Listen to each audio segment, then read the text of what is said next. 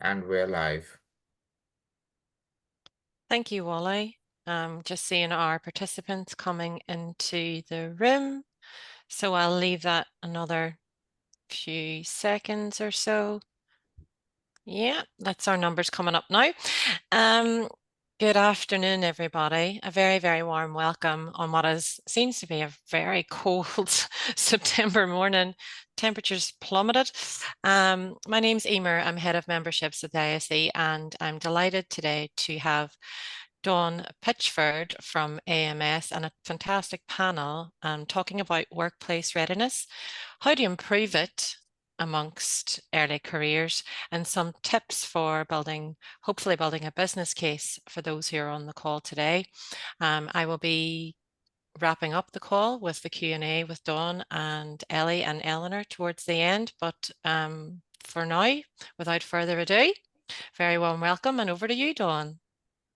Hi, everybody. So I am delighted to be here today. I am Dawn Pitchford. As Emma said, I am Client Director here at AMS for Early Careers and Campus, and work readiness and everything around our career coaching platform is something that's super dear to my heart. So I'll share some of that sentiment with you today, along with our excellent panel. So, Ellie?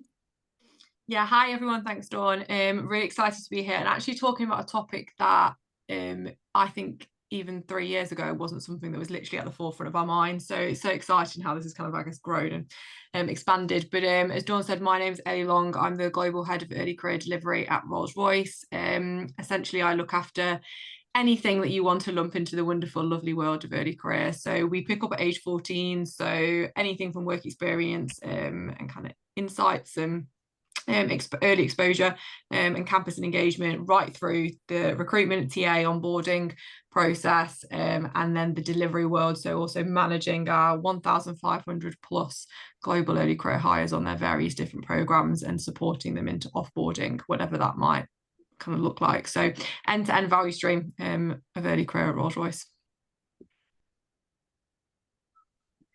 And Eleanor?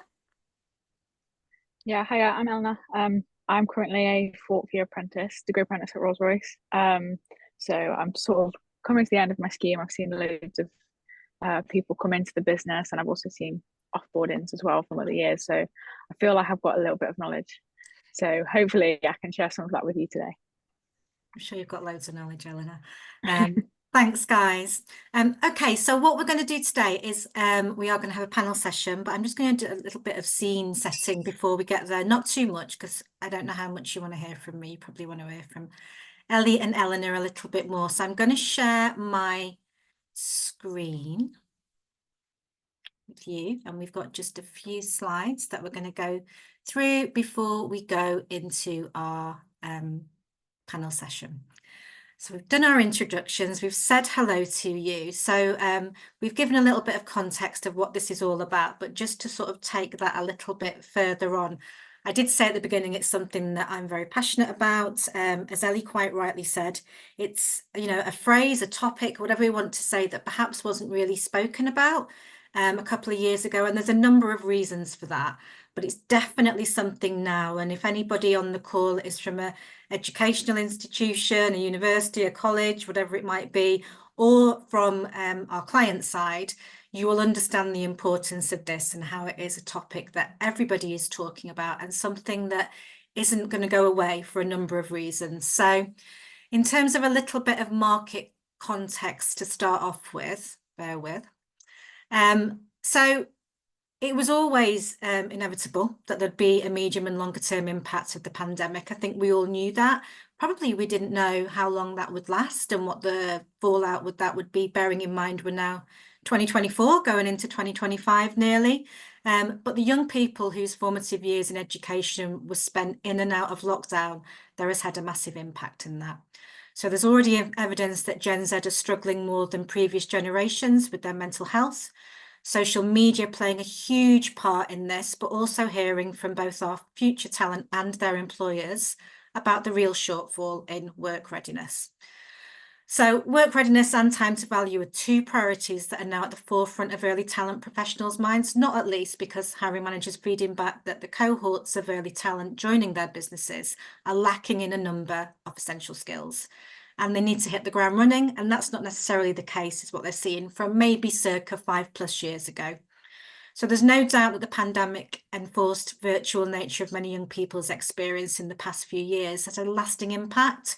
It's enforced online and virtual learning, as we all know, and the lack of on-site work experience, traditional retail or hospitality-based part-time works had a big impact on that face-to-face socialisation, potentially stunting growth in this area. We also know at the moment, in terms of the landscape that's out there for that sort of part-time jobs when our Gen Zers might be at college, might be university, it's just not as rich as it used to be.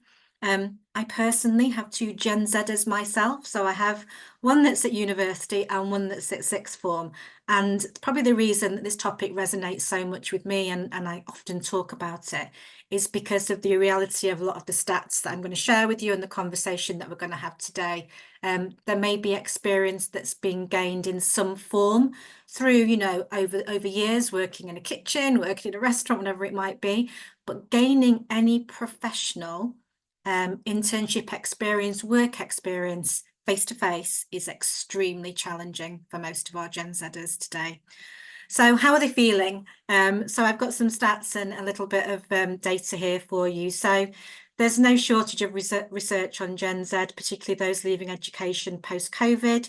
And at the recent Open University Elevate Equity Conference, there were a number of speakers sharing stark data on the subject, including the findings of the Youth Voice Census and the EY Foundation. And these included, as young people get closer to working age, their confidence decreases. Those aged 19+ are less likely to feel confident that they have the right skills, relevant work experience, qualifications, and networks that their younger peers may have had previously. And a lack of work experience has for the past 6 years featured as one of the biggest barriers to work. And young people don't feel ready for work. They say themselves, only 23% of young people surveyed last year had any self-belief in their own skills, which I feel quite astonished about, especially when, you know, we know that we've got such bright academia here in the UK specifically, that is the feeling that's out there. So UCAS shared some highlights also from their newly released research around the ISE Apprentices Conference in the spring, which showed that confidence building, communication skills, teamwork, creative thinking, and working independently were the top 5 skills that young people said they wanted developing. There were 12 of them in total, but those are the top 5. And 91% of the audience asked would like help in developing at least one of the 12 stated skills. Experience creates confidence and preparedness. 95% of those young people said it was important for their future job or career. So what are the employers saying in comparison to what we're hearing from Gen Z, which is always really quite an interesting comparison, especially when you sit in a role that can see both sides of that, and you've got that from a personal perspective. So according to the Intelligent.com's research in July last year, 40% of business leaders believe that Gen Z graduates are unprepared for today's workforce. The survey revealed that 70% of these leaders attribute the cause of this unpreparedness to the lack of communication skills and work ethic, which is quite interesting, that work ethic point. In addition, 70% of UK hiring managers say Gen Z employees need additional support from their workplace to develop soft skills such as communication and collaboration. And LinkedIn 2024's Most in-Demand Skills data found that soft skills make up four of the top 5 most in-demand skills by UK employers, with communication being at the top, the most sought after. Now, there may feel like an ever-growing gap here, but there is some good news. So both Gen Z and employers are able to articulate what that gap is. And more importantly, as UCAS research confirms, Gen Z want to be prepared. They've got a real desire to be upskilled. So Gen Z professionals are keen to learn. Nearly half, 47%, said they're spending more time on learning and development themselves to upskill themselves ahead of starting with any employer. They also tend to be able to process information from various sources much quicker than previous generations, and I see that myself, which can prove super useful when getting up to speed, you know, in a really quick time frame. So a mantra that we tend to come back to, which feels really relevant here, is this equation that you can see on the slide. So belonging plus familiarity equals confidence plus performance. So using tools such as an engagement and coaching platform to onboard graduates, one of our clients reported that 94% of their new starters started their journey with some additional information, and right from the offset started to have that fed to them in terms of what's it all about, what can they expect, what do they need to think about. Made them feel more confident ahead of day one, and another one reported 95% of their interns have started feeling more prepared for the internship, meaning that they feel a lot more that they belong to something, that they're familiar with the people they're going to be working with in the organisation, which is then enabling their confidence and performance. So looking ahead to season 2025, which we're obviously now in for most of us, we know that a real differentiator in the market when it comes to equipping our talent of tomorrow with the information and skills they need to succeed will be this. It's something that we need to talk about. It's something that needs to be at the forefront of everybody's minds and not just a bit of an add-on. And that's what we're going to talk about today. So I'm not going to come to that screen now. I'm going to stop sharing my screen just for a moment. And I'm going to turn over to my panel. So we're going to start with the themes that I've spoke about there a little bit, and some discussion topics really. So the first one is to understand, Ellie, at Rolls-Royce, how you are baking in work readiness into your hiring and onboarding journey, and are you seeing any benefits from anything that you're doing at the minute? Yeah, so I'll start by saying I think what's really important for us as early career individuals, and it's a shift that we've made at Rolls-Royce, is to stop thinking about early career in buckets of attraction, and the journey, and actually with one end-to-end value stream, whatever you want, a service line, however you want to name it within your organisation. And so I'll focus on some of the things we've done around hiring and onboarding, but actually for us, the biggest shift is not kind of thinking, oh, well, we've done this at the upfront part and therefore we can stop. And actually, as that individual goes through their development journey, and even as they offboard their apprenticeship or graduate programme, whatever that might look like, it's about continual touch points from first engagement for them finishing. It's not like they rock up on day one and you've done something nice and they've kind of forgotten about it. So, but I guess in terms of the purpose of this discussion today, I'll focus on some more of the upfront pieces. So those that have heard me talk before will hear me banging on about continual interventions and actually focusing on multiple things that matter throughout that journey. So mapping out that journey and understanding where you're going to kind of tap into them and what the right kind of points are. So we've done a lot of investment around early kind of insight program and engagement, which I think is starting to make a difference. A lot of young people will say to us, unless they've got parents that have worked in a big blue chip organization, they can't picture what it's actually like to work here. I used an example really recently as we had some apprentices rock up in ripped jeans. Now, I've not got a problem with ripped jeans, but not the kind of thing that you're going to wear on your first day of your new employment. But if mum and dad have never worked, or if they're a young person from care, or their parents have done kind of backgrounds where they might be nurses or they've worked in hospital, they've got nothing to relate or correlate to. And so early kind of insights and engagement and helping them understand what the world of work looks like even before they apply is really important. So we've done a lot around, we've got programs called iAccelerator where we'll bring them in and do insights or work experience, and all of that is kind of really great. We then have looked at, I guess, as people start to apply, is helping bring to life what are the behaviours and the values and the skills that are important to you as an organisation in language that a 14, 15, 16-year-old is going to understand. Because how do you explain what agility is to them? Great value at Rolls-Royce, something that we know is really important to us, but how do we translate that into something that's meaningful for them to understand? So they can demonstrate it as part of their application process and their interview, but also so they can start to understand how that forms part of their development programme and what development in that I guess that skill, experience, whatever it is, might look like. So we've done some really successful kind of webinars as part of our application process and that kind of upfront engagement. We also do kind of snippets of videos on social. It's thinking about content in different ways. It's going to land with this audience. They love TikTok. We might not, but we've got to put ourselves in the places that they're going to be. Yeah. And then something that we've seen has been really successful this year in the past kind of cycle is supporting them as part of the actual application and assessment process, again, to be at their best and understand what some of those skills and experiences are that you're looking for in a way and in a language that's useful for them. And then post offer, and when you've kind of got those candidates that you really want to keep warm and nurture, and we all know that you can 9-10 month lead times that you sometimes have to work with, how do we continue to help build that work readiness and that engagement? And so we've worked with the Meet Engage platform in AMS with their kind of coaching proposition, which I'm literally getting the results through at the moment. And so far, really positive and kind of, really successful in terms of the candidate feedback, because we're helping them get ready for day one.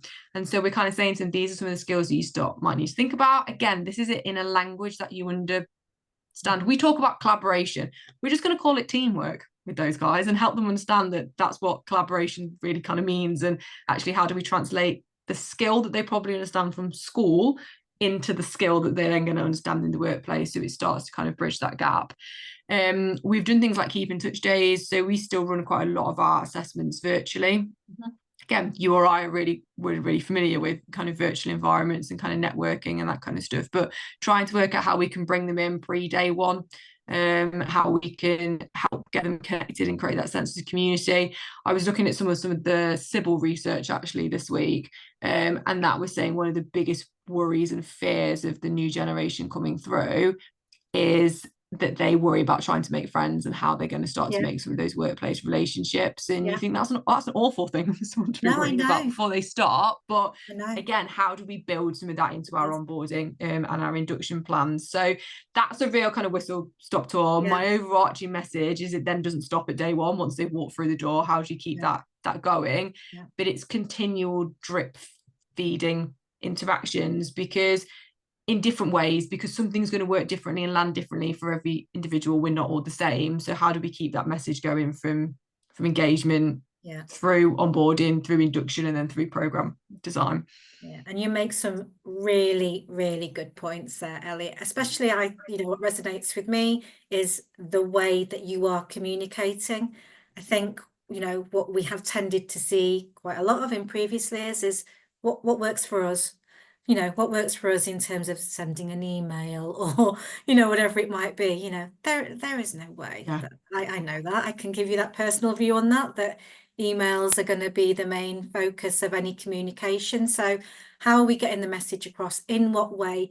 Everybody's got a company culture that's obviously super important, but how can that be relatable as well? And I think some of those points that you make, especially the one about making friends and trying to get them in, because it's all been virtual, for a lot of people, that's just the way that it is. That's huge. That is huge to them to come in and actually have a face-to-face and say hello to people, which is really nerve-wracking, beforehand.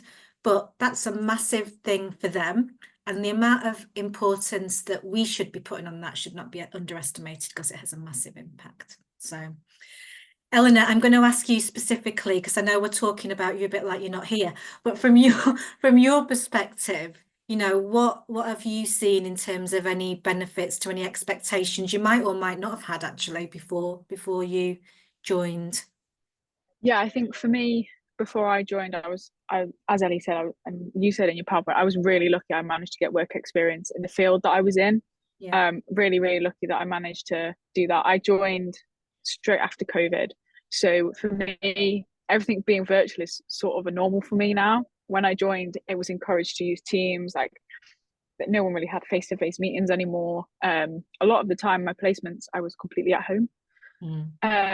So it's sort of the new norm for me to be online. But I think being in person is so important. I've supported some of the keep in touch days that Ellie spoke about, and you can see everyone, when they walk in, they're so nervous. And then in about 5 minutes, everyone chills out, gets a cup of tea and is talking to each other. And genuinely, like some of the keep in touch days, people swap contact details, and then I'll see them at inductions and they're like, oh, I'm sharing a house with these people now, we've all moved to Derby. And it's like such a benefit to have those days before they start, because they can all meet each other and you can start swapping phone numbers and start talking to each other. And I think it's a really, really, really good thing. I think the meet and engage I didn't have, but I think it's a really good thing to start having, because it means that you can be ready, you can have everything filled out, you're pretty much set for day one. All you need to do is come in and meet your manager. So I think that, yeah, it's definitely got loads better, and I say that's thanks to Ellie's team. She's done loads of improvements over the past few years. But yeah, I joined in a tough time, and I think now I think the onboarding is amazing, with all the meet and engage and keep in touch, and you basically met your whole cohort before you turn up for induction, so it's great. Yeah, and like you say, it takes away a bit of that, you know, not anticipation. Everybody like first day is going to be thinking, you know, first day nerves, but it's a massive thing, isn't it? And and I personally think that that whole pandemic COVID era that we all went through, for your generation, it's had the biggest impact. And I suppose I say that through the lens of working in early careers for about 20 years, and seeing previous cohorts come through and where we are now and have been for the past couple of years, and why work readiness is such an important topic, and why we're talking about it is a massive, massive driver of that. So yeah, 100%. yeah.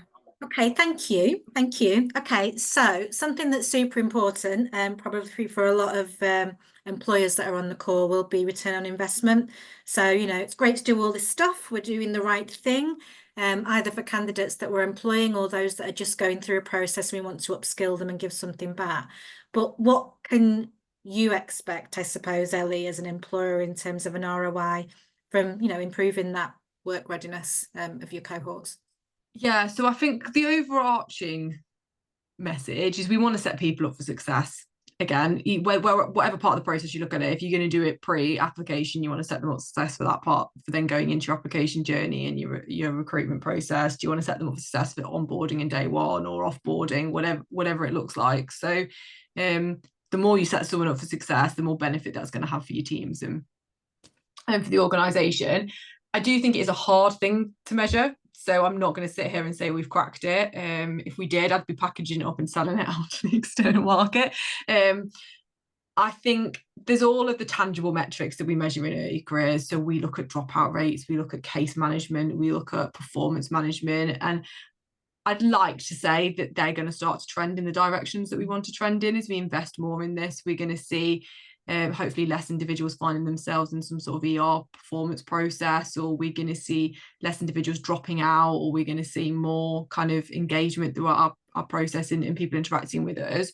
If I'm really honest, and with my Ellie, how do we change and shift this? I want to move away from those metrics, because to me, all they're going to do is drive the, selfishly from a Rolls-Royce perspective, why we're necessarily going to redo some of this stuff. Or we want to do early career because we want to see more people off board and progress and move through our organisation. And I think that drives the wrong mindset sometimes. So we're being quite bold.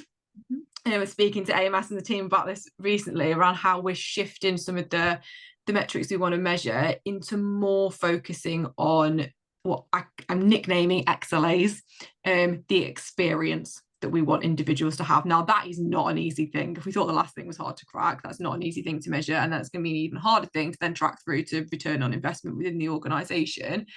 But actually, what's the experience we want people to have as they engage with Rolls-Royce? Again, end-to-end part of that journey. How do we want to measure that? And I don't want to measure that through, let's just send them a nice survey and they all say yes, because they all do, which is never never the answer that you want. But how do we start to measure that experience, and how do we translate that experience into something that's meaningful for Rolls-Royce? So the example I'll use is that we're, like many of the big employers, on this journey to become a skills-based organisation. It's the new buzzword of 2024. So we're focusing on skills.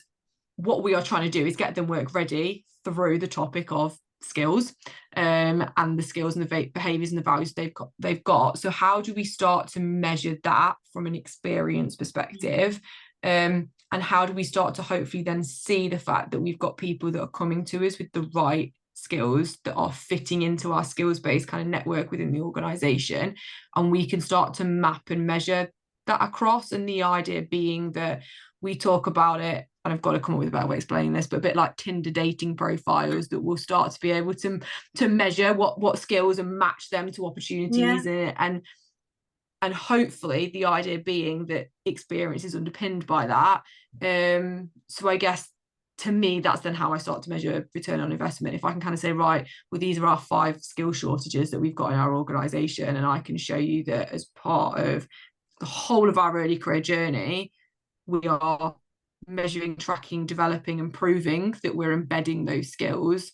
That then becomes overlaid with wider skill strategies and etc. And you start to make the argument for why early career is then a strategic lever of closing skills gaps. So I'm not there yet. We've got a long way to go, but that's where I see, I guess, our ROI going, and moving away from this, oh great, well actually we've just reduced our decline rate, for example, because it doesn't really tell you anything. No, I think that's super interesting, and I think we need to come back in 12 months and have the conversation and see. Maybe 24. Give me a bit longer. 24. Okay. And just see where you've got to, because that puts a whole new lens on it, I think, from the more traditional markers that might be associated with return on investment from bringing in a work ready cohort.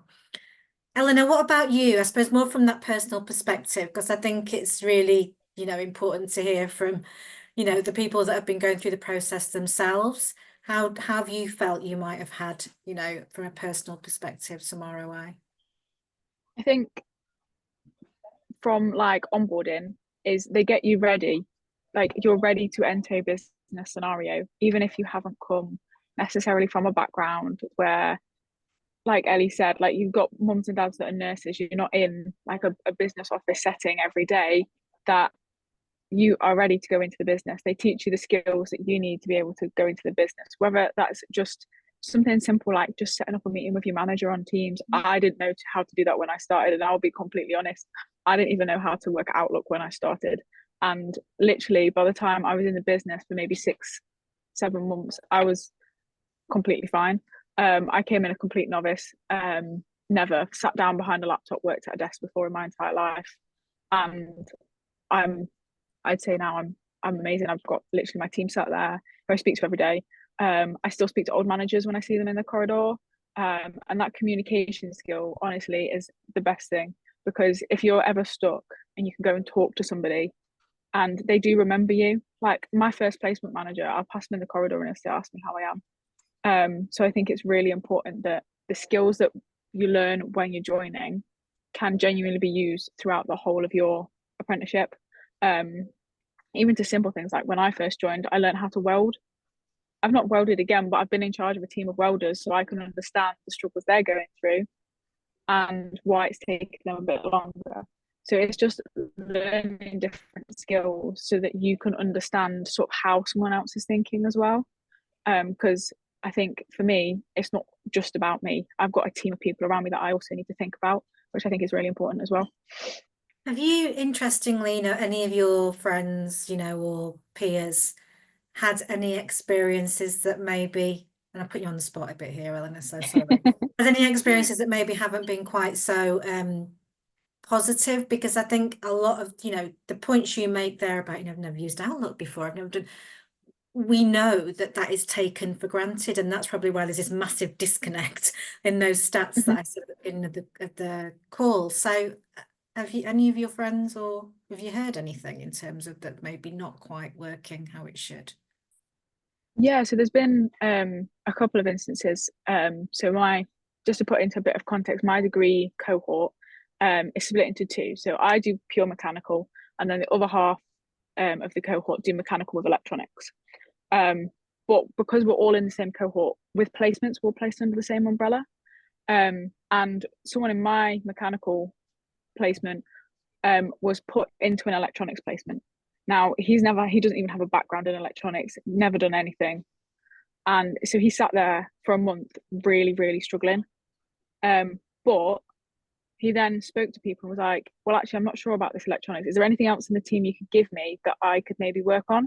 And it turned out they do design. Now we do a lot in design in our degree, so they were like, oh, actually, can you do some designs if we give you the specs? So he actually managed to turn his placement round into something where, even though it was an electrical placement, he turned it into design. So even though it was a little bit of a negative experience at the start, he turned it into a positive one, which I think is something that I was genuinely worried about when I started. But when I heard sort of what he'd done, I was like, actually, I don't need to be worried. I just need to be able to like speak up, voice my concerns, and everyone here will listen to your concerns. No one's gonna just brush you off. Like everyone, if you've got a concern, people genuinely do listen. And I think that even though that was a slightly negative experience to start with, the positivity, and it turns out it was his favorite placement. He's gone back to do the design again because he enjoyed it so much. In his communication, and the confidence that he's built has enabled him to turn Yeah. something around, which maybe wouldn't have been the case, you know, had No. that not been part of his No. experience. Okay, thank you. I'm going to move on a little bit, and Ellie, this is specifically for you, the first part of my my question on this, which is around the role of the business and hiring manager. Always one that's interesting. I know from my time before joining AMS, I was in-house, and it was always a challenge where we had some business areas that wanted to be super involved and some that maybe didn't. But how important do you think personally their role is in this work readiness journey? I'm gonna be slightly controversial. Okay. In Ellie fashion. I think it is super important. I'm not going to sit here and say it isn't. I think early career teams, emerging talent teams, we need to take more ownership sometimes. I think it's really easy for us to pass the buck over, particularly at induction and go, oh, we've inducted them, here you go, off you go. And not recognise actually for some of those line managers, we're throwing Gen Z, Gen Alpha at them with nothing. Yeah. So we're definitely on a kind of journey at Rolls-Royce to say, not how do we get more control back around it, but how do we put more framework back around this, so we can really support our business areas to do more of this. So actually, yeah, we're kind of trying to take a bit more ownership back. And I think we have a responsibility in doing that as early career professionals. I don't think there's any kind of get away from it.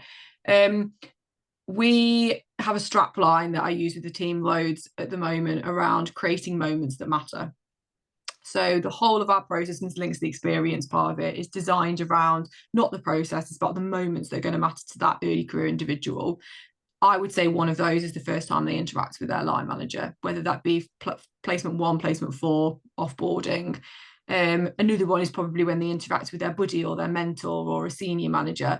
So what we need to do as an early career team service is partner with the business to map those that end-to-end journey and say to them, these are the points where you're going to make a difference to that young person, that individual, because I bet we can all remember the first line manager that we worked for. I bet we can all remember the bad line managers we worked for, and I bet we can, and as Eleanor said, we're still in touch with the brilliant ones and the ones that have made a difference. So how do we map that journey and say, right, business, these are the points that you're going to influence, those moments that matter for us.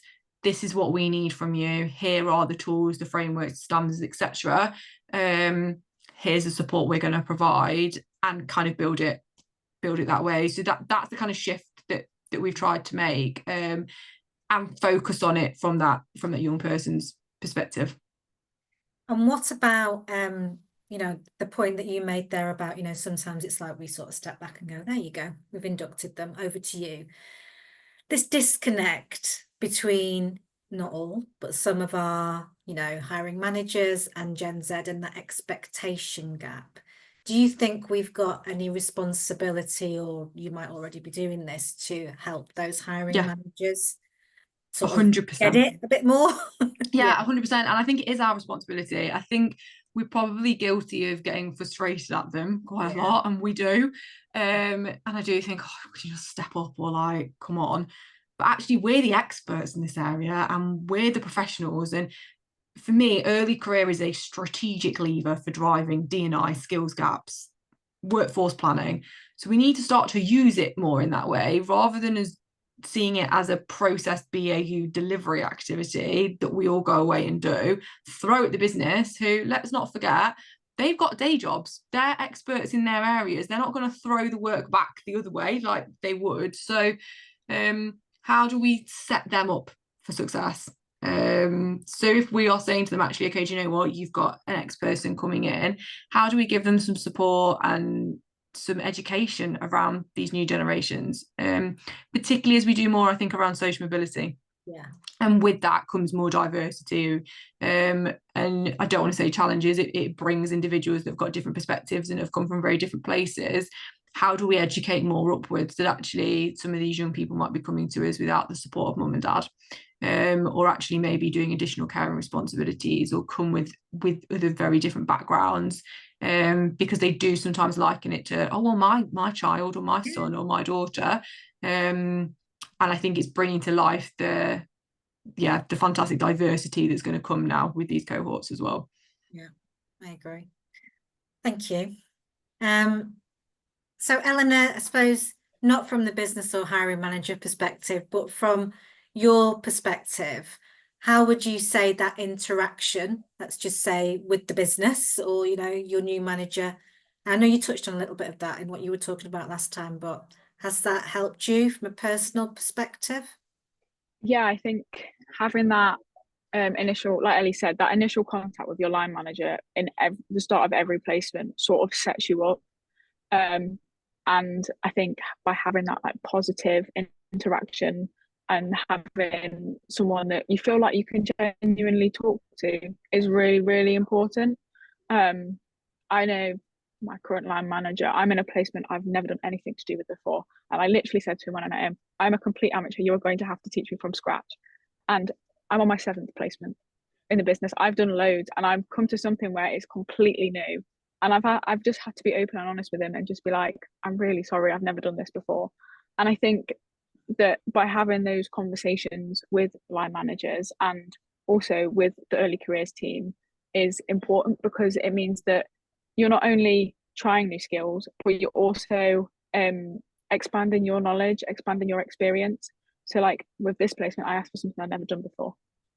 I've never done this. I'm doing coding, never done it before in my life. And I'm learning. I'm a little bit slow, but I'm learning.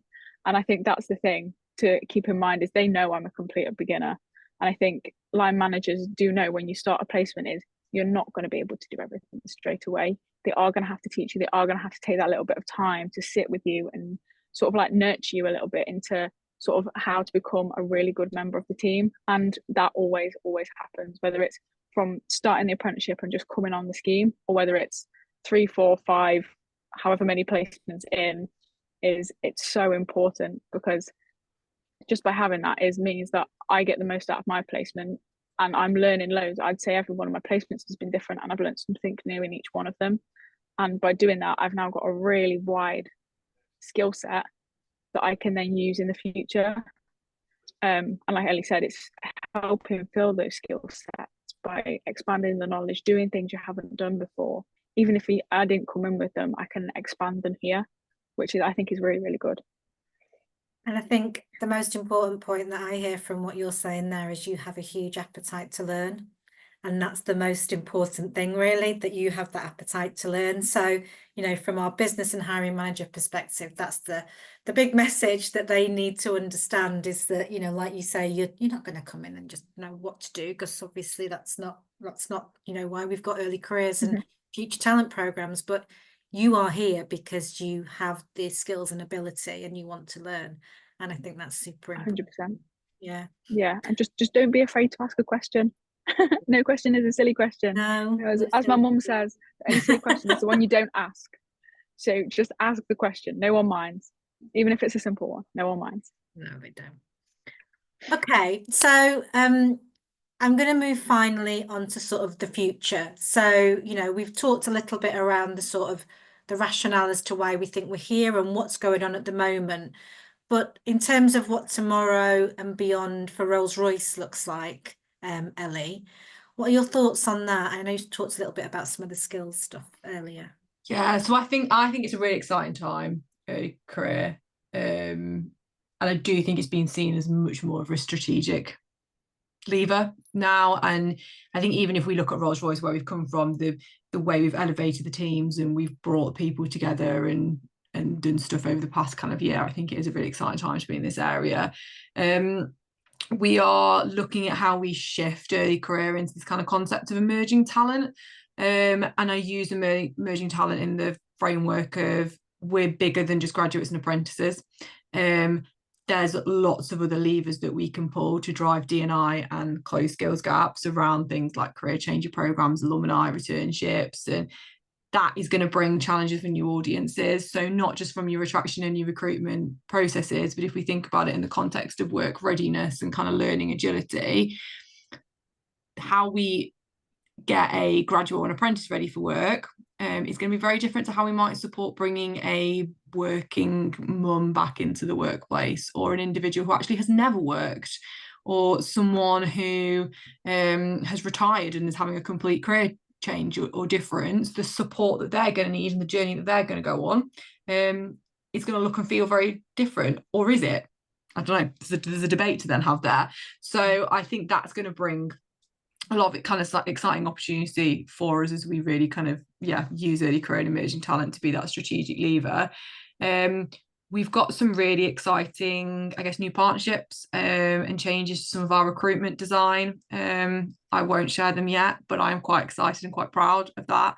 If anyone's at the ISE D&I conference later in the year, you might hear me talking about them, or come and find me and we can kind of talk about them. But we want to be seen as quite bold and market leading at Rolls-Royce, so we are doing some things that are going to rock the education sector. They're going to kind of rock what we do from a branding and attraction perspective. Might not be here this time next year if it's gone horribly wrong, but I think it is really putting us in that place of wider talent audiences, skills, driving things and doing things differently.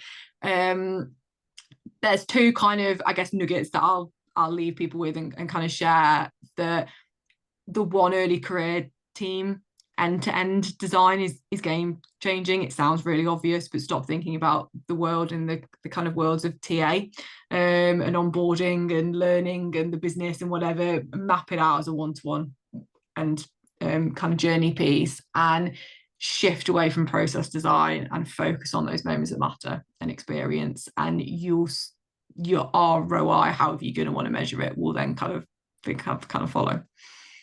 Amazing, thank you. All right, I'm looking forward to that, and I am at the ISE conference. I've probably picked it up now. People will be like, "Oh, I am nothing new, Emily."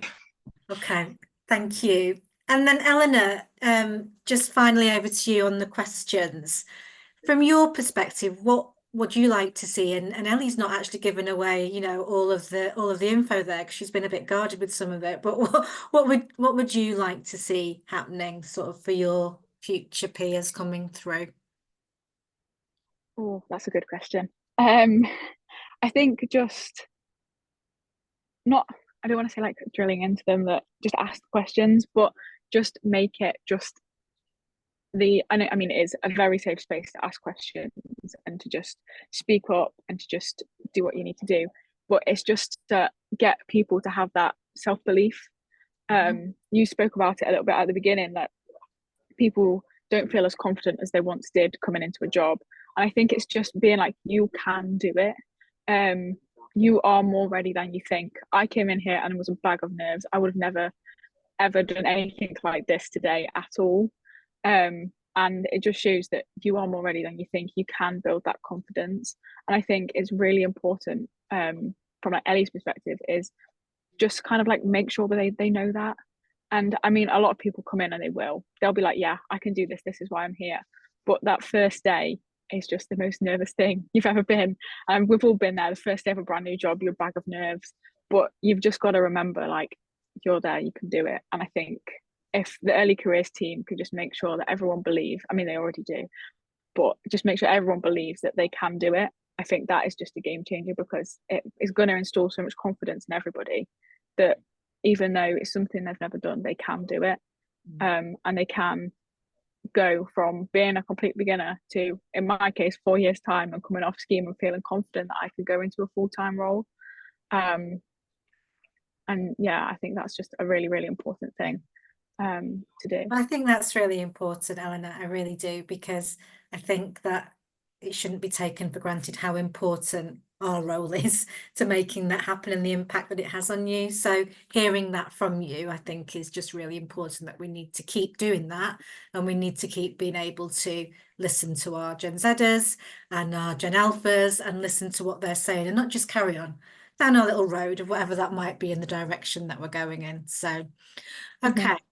So I'm going to just finish off by firstly saying a huge thank you to my panel, but then also just to summarize just a few of the key takeaways with some of the things that we've talked about today, some of the topics, some of the research, some of the answers. So just in a nutshell, 5 key takeaways, which I think is always useful as a reminder. So we've been talking a lot today around education and engagement. So during that hiring and onboarding journey, ensuring that you upskill your candidates, focus on coaching them as part of their engagement approach, and give something back. Not all about, you know, what we might need as employers. It's about what does that experience look like. Secondly, that authenticity, involvement from the business. So where the business are involved, make sure there is authenticity with that message in terms of how our future cohorts are being engaged. Expectation management, directly communicated through some interactive sessions, just remove some of those barriers that Eleanor was talked about and those concerns up front. So be open and honest. So create that environment that allows no silly questions. Again, as Eleanor was saying, providing information as soon as possible to try and put any fears that might be there that you might not even think could be a fear, but are at rest before it sort of germinates into something bigger. Enabling those networks, we've talked about that quite a bit today. So providing peer-to-peer networks is a great learning and enabling tool. Preparing for work is a huge deal. So bouncing off each other and just recognizing somebody else feels the same as you is really important. Oops, sorry.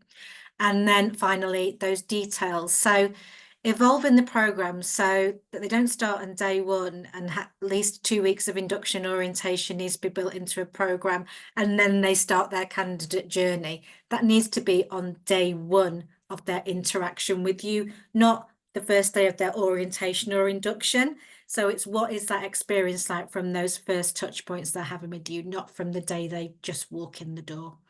So making sure that that's part of the whole experience. That is the end of my my content. Emma, if you are there, you are there. I am. Hello. I don't know if you've got any questions. We do actually have a question, and it's for the panelists, I'd say, but it's over to you, Dawn, to take that forward. So what would higher educations be, what could higher education institutions be doing more to support work readiness, basically? Do we need to be doing more? Is the accountability more on the employer welcoming in the talent? It's a good question. Ellie, I'm going to let you answer that first. Yeah, it is a good question. And I'll caveat this with, I'm a very candid person, so anything I'm about to say, I don't mean to offend any higher education institutions or schools on the calls. It's got to get better. It is a true partnership. I'm not going to sit here and say we're going to pass the problem down the fence or pass the problem on the side of it. Yeah, we've got to get better. My biggest observation at the moment is our apprentices are normally more work ready than our graduates. And our apprentices are faster at making an impact and get much more positive feedback from the business than our graduates. That's not me saying I think schools are doing something brilliantly and cracking it. I think the challenge with universities, and this is a very blanket approach, is probably how courses are taught. And how they're designed, and students go away and they are fantastic. Don't get me wrong, our graduates are fantastic at researching and pulling together kind of information and data and coming back and presenting that. I spend a lot of time at the moment with some of our graduates saying, so what? And do something. How do we do something and implement something and get something done? And I think the more we can build into university courses from day one, getting them into a mindset that they just don't spend ages learning something to deliver a report at the end of something and that's it, because that's kind of the mindset they come into the workplace with. So how do we, and I'm all up for working in partnerships, this is one of the kind of things we're doing at the moment with Derby Uni, that little taster as to some of the stuff that's coming. How do we change the way that education kind of teaches to allow students to have that almost kind of like mentality of delivering things and I guess simulate more of what we're looking for from a skills and workplace perspective, and how they go about getting their degree and learning and researching and delivering. Because I think that's how the apprentice model is delivered more, which is probably where we see faster results in the apprentice space. And I completely agree with you. I would say the difference that you've just illustrated there with the apprentices v the grads, we see that across a number of our clients. So not just yourself, in terms of, you know, after 2 years, put the apprentice cohort for 2024 and the grad cohort in a room, and you wouldn't know, because they're maybe 3 years younger, but they're actually all at the same level. The business wouldn't know, and unless you knew, nobody would know about that. And I think there's a huge piece there from a university perspective that I know it's difficult. I'm not going to say it's not. I know it's difficult to engage with employers, so I'm not making it sound like it's, you know, a quick fix. But there's a lot of theory obviously taught at university, which is super important. But then when there's an opportunity where, let's just say at the end of year 2 of a business and marketing degree, you need to do some work experience, and you need to find that yourself, and you need to do something that's relevant to what you want to do going forward. 90% of a socially agile cohort, let's just say at the university, I'm going to say the University of Derby, because we've talked about that. And if you're on University of Derby, these are just my stats top of my head, would struggle unless they had a parent or influencer who was within a business professional role or a role like we're in, to be able to do that and not just spend some work experience somewhere local doing something, because they genuinely are super bright, want to do it, want to learn, but they just haven't got that background or knowledge of the real world of how to go about doing it. So for a lot of them, ultimately, they'll end up doing some work experience, but it won't be relevant in any way to what they might want to do, because they won't have the confidence to go out there to do that and to communicate probably internally, you know, well, that's all a bit like daunting, and oh my God, where do I start? So for me, there's a piece of that stripping it right back to basics from that practical experience perspective, and that's where there's the relevance with what we're talking about today. And like I say, I'm not saying that lightly, and I'm saying that as well in the role that I do, but also as a parent as well. I see that from both angles a little bit, and I think it's a challenge. I really do. If you can't get that professional internship, you can't be out there doing something end of year 1, end of year 2. Doing insight programs are great, by the way. I think anything that can be an insight program that you can encourage your students to go to, but I think it's challenging for them. It really is. So. I guess my thought leadership challenge to universities would be to, and again, it's going to be really hard, don't say this lightly, is how do we break the mentality that you learn at uni and then you go for 10 weeks to do a placement and then you come back and you go to uni? How does that become blurred? Like, why don't they come to Rolls-Royce 1 day a week for the whole of their uni second and third year and go to uni 3 days a week? Why not? I don't know. Because we're bringing it together, and I think that's where there's opportunity. Yeah, no, definitely. And a lot of courses, if I'm sure we've got careers advisors on this call, I know are not 5 days a week, they're 3 days a week or 2 days a week, and learning time has gone down significantly. So the opportunity for something is there. Whether they have got a part-time job or not is highly unlikely that, you know, they're working part-time, unless another topic, not for today, around social mobility and, you know, the earnings gap. Address that. But I think there's space in the curriculum to do that as well. So that's all the questions we have. There's a few comments, I guess, in the chat that you can see for yourself. But Ellie, I think it's to do with the location of the uni, to your point on bringing the students together 1 day a week from university and to the likes of Rolls-Royce. Is there any other comments from your side, Dawn, or the panel? I think as we've gone along, we've sort of brought in other perspectives and questions that have been linked, like the hiring manager perspective, etc. So I don't think there's anything else that we haven't covered today that I would say would be, you know, something, unless somebody's got a specific. I think the point around, you know, what else can we do from a uni or college perspective is something that we know as Ellie's recognising there's a gap to bridge there. Yeah, one question has just come in. If you want to answer it or not, I'll put it forward to you anyway, in the interest of time. When you say you need grads to be better at delivering and implementing, please can you explain this a little further? Yeah, so I guess the example and this is again, it's not every single grad, it's not every single uni, but I think the thing that we're seeing more of is, so we might give them a project to do as well. We call them gigs at Rolls-Royce, not placements, but during their gig, they'll have an objective project that we want them to deliver, and they'll spend the majority of that 6-month gig researching, pulling together information, project plans, developing it, thinking about it very silently, almost in like darkened room type mode. You have to drive a lot of the encouragement to go and meet stakeholders and network, and that's where the communication point that Eleanor says, helping them say, actually, I said to a grad once, just pop some time in my diary, and they were like, where's your diary? Well, how do I find your diary? And I'm like, okay, I mean my calendar in Outlook, right? Yeah. Oh. So how do we build some of that stuff? But they'll go away and don't get me wrong, they are so bright, some of these young people. So they're doing fantastic thinking, and then they kind of rock up on the last day of their placement and go, okay, here's what I think we could do. Now in my brain, I'm kind of going, okay, so you spent 6 months thinking about it, and then you got to the end and you kind of told me what you think we could do. I wanted you in week 2 to go and try something. And do you know what? If it goes absolutely terribly wrong, brilliant. Come and tell me why it's gone terribly wrong. Come and tell me where you need help. Let's talk about it. Let's map it out. Let's figure it out. Then let's go and try something different. And it's that kind of continuous approach, whereas I think they approach their projects and placements like a university assignment. So they go, right, the deadline is the end of my placement.